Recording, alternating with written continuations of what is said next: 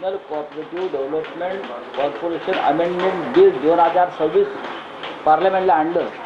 दुसऱ्या दिवशी लगेच 9 ऑगस्टला मंजूर करून घेतलं.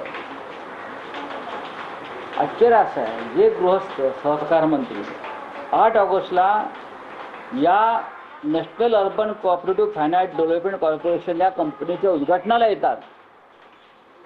ही नागरी सहकारी बँकांची अर्बन अम्ब्रेला ऑर्गनायझेशन आहे, पण ते बिल मंजूर होत असताना ते संसदेमध्ये आले, ताबा घेतला.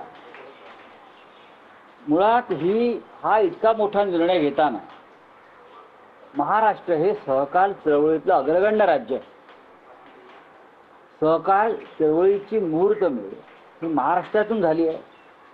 महाराष्ट्रातल्या बँकिंग क्षेत्रातल्या सहकारी बँकिंग क्षेत्रातल्या कोणाशीही मतं त्यांनी समजून घेतली नाहीत की या सगळ्याचा महाराष्ट्राच्या अर्बन कोऑपरेटिव्ह बँकांवरती काय परिणाम होईल. मुळात ही जी बँक आहे, ही कंपनी आहे, ही नॉन फायनान्स म्हणजे ज्याला आपण हे म्हणतो नॉन बँकिंग फिनान्शियल कंपनी आहे. ज्या कंपनीला अम्ब्रेला ऑर्गनायझेशन केलं आहे त्यांचा बँकिंग आणि सहकारी खात्याशी काही संबंध नाही.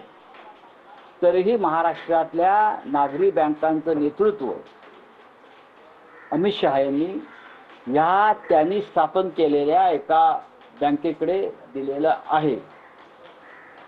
आणि ही जी प्रॉपर्टी आहे शारदा सदनची, ही जी प्रॉपर्टी आहे, ही प्रॉपर्टी तिथे ऑलरेडी एक ऑफिस आहे आणि ते ऑफिस सुद्धा आमच्या महाराष्ट्रातल्या नागरी सहकारी बँकेसंदर्भातला आहे.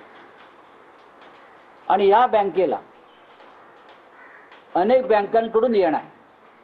त्याच्यामधली एक महत्त्वाची बँक गुजरातमधली Madhavpura cooperative bank. Madhavpura cooperative bank ही बँक घोटाळे आणि भ्रष्टाचाराबद्दल अलीकडच्या काळामध्ये बदनाम झालेली आहे. आणि त्या बँकेचं कर्ज किंवा त्या बँकेचे घोटाळे अंधारात ढकलण्यासाठी किंवा नष्ट करण्यासाठी त्यांनी हा सगळा घाट घातलेला आहे. ती बँक सुद्धा त्याच्यामध्ये विलीन केली. त्या बँकेला नेतृत्व दिलेलं आहे त्याने. आता ज्या अनेक बँका आहेत नागरी सहकारी बँका, त्यांची येणी बाकी आहे. कर्जाची असतील, काही लिक्विडेशनचे असतील. त्याचं आता काय होणार, त्यांच्या प्रॉपर्ट्यांचं काय होणार. या सगळ्या प्रॉपर्ट्या अमित शहानी नवीन केलेल्या या कंपनीशी जोडल्या गेल्या. आणि आपल्या महाराष्ट्रातल्या अर्बन कोऑपरेटिव्ह बँका ज्या आहेत, त्यानंतर जी अपेक्स बँक आहे, या सगळ्यांचं अस्तित्व अमित शहानी नष्ट करून महाराष्ट्रातील नागरी सहकारी बँकेची चळवळ, कोऑपरेटिव्ह बँकेची चळवळ आणि अस्तित्व जवळजवळ संपवलेलं आहे. आणि अमित शहा त्या बँकेचे किंवा त्या संघटनेचे बादशाह झालेले आहे. या संदर्भात महाराष्ट्राचे मुख्यमंत्री तिकडे होते, महाराष्ट्राचे उपमुख्यमंत्री तिकडे होते. त्यांना हा विषय कळून येता आश्चर्य वाटतं. राज्याचे सहकार मंत्री, सहकार क्षेत्रातले लोक या महाराष्ट्रामध्ये नागरी सहकारी बँकांच्या अस्तित्वावर अशा प्रकारे संकट येत असताना ते काय करत होते. आणि त्यांनी एवढी मोठी आपल्या राज्याची संपत्ती ही अमित शहाना सहज का गिळू दिली, हे फार मोठं रहस्य आहे. किंबहुना अमित शहा जाता जाता मोठा हात मारण्याचा प्रयत्न करतायत.